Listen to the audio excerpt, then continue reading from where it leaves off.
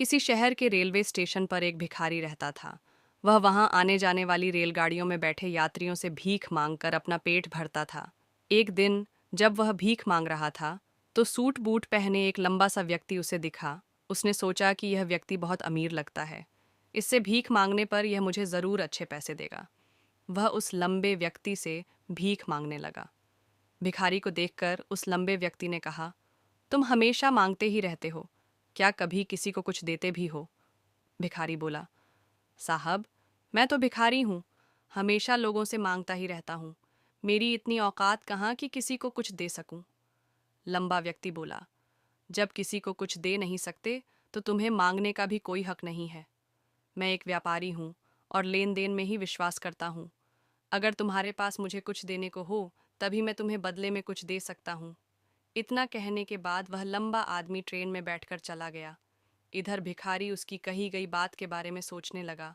उस लंबे व्यक्ति के द्वारा कही गई बात उस भिखारी के दिल में उतर गई।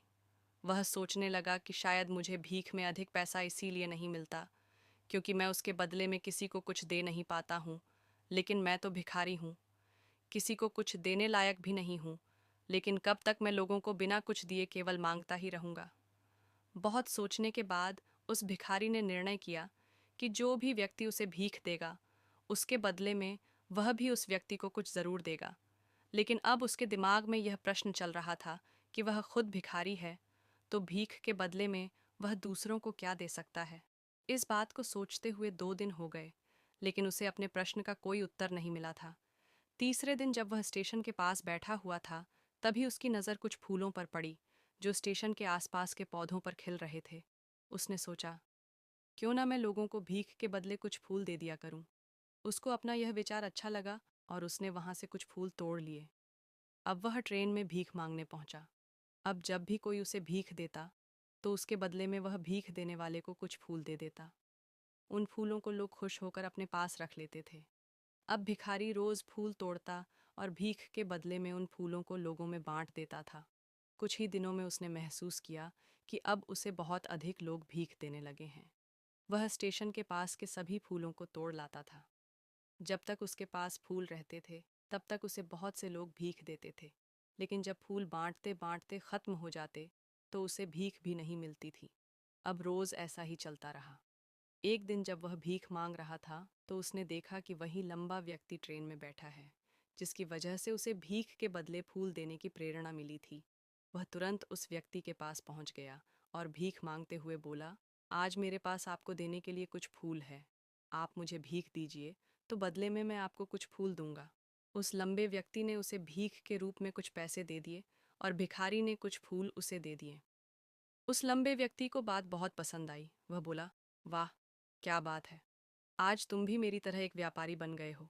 इतना कहकर फूल लेकर वह लंबा व्यक्ति अपने स्टेशन पर उतर गया। लेकिन उस लंबे व्यक्ति द्वारा कही गई बात एक बार फिर से उस भिखारी के दिल में उतर गई।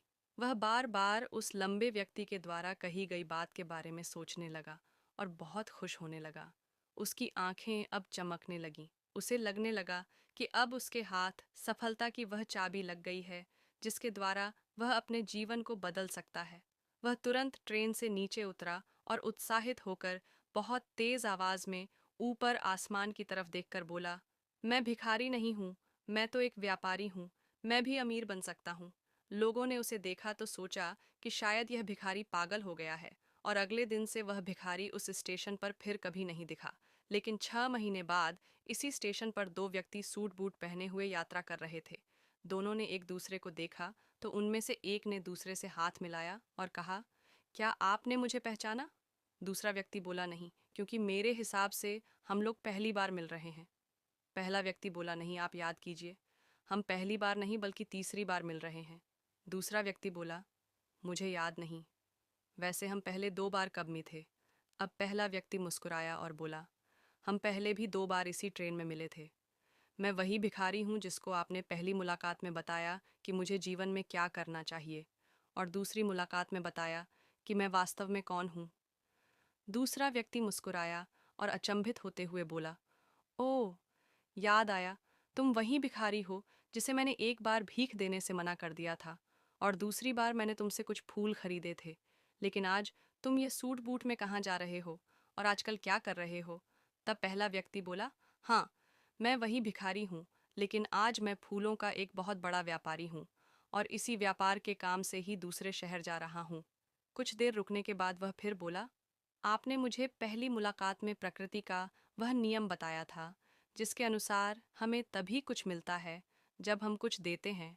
लेन देन का यह नियम वास्तव में काम करता है। मैंने यह बहुत अच्छी तरह महसूस किया है, लेकिन मैं खुद को हमेशा भिखारी ही समझता रहा। इससे ऊपर उठकर मैंने कभी सोचा ही नहीं, और जब आपसे मेरी दूसरी मुलाकात हुई, तब आपने मुझे बताया कि मैं एक व्यापारी बन चुका हूँ। अब मैं समझ चुका था कि मैं वास्तव में एक भिखारी नहीं, बल्कि व्यापारी बन चुका हूँ। मैंने समझ लिया था कि लोग मुझे इतनी भीख क्यों दे रहे हैं, क्योंकि वह मुझे भीख नहीं दे रहे थे, बल्कि उन फूलों का मूल्य चुका रहे थे।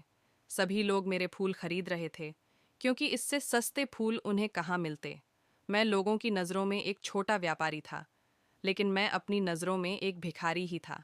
आपके बताने पर मुझे समझ आ गया कि मैं एक छोटा व्यापारी हूँ। मैंने ट्रेन में फूल बांटने से जो पैसे इकट्ठे किए थे, उनसे बहुत से फूल खरीदे और फूलों का व्यापारी बन गया।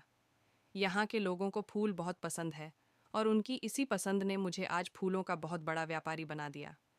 दोनों व्यापारी अब खुश थे,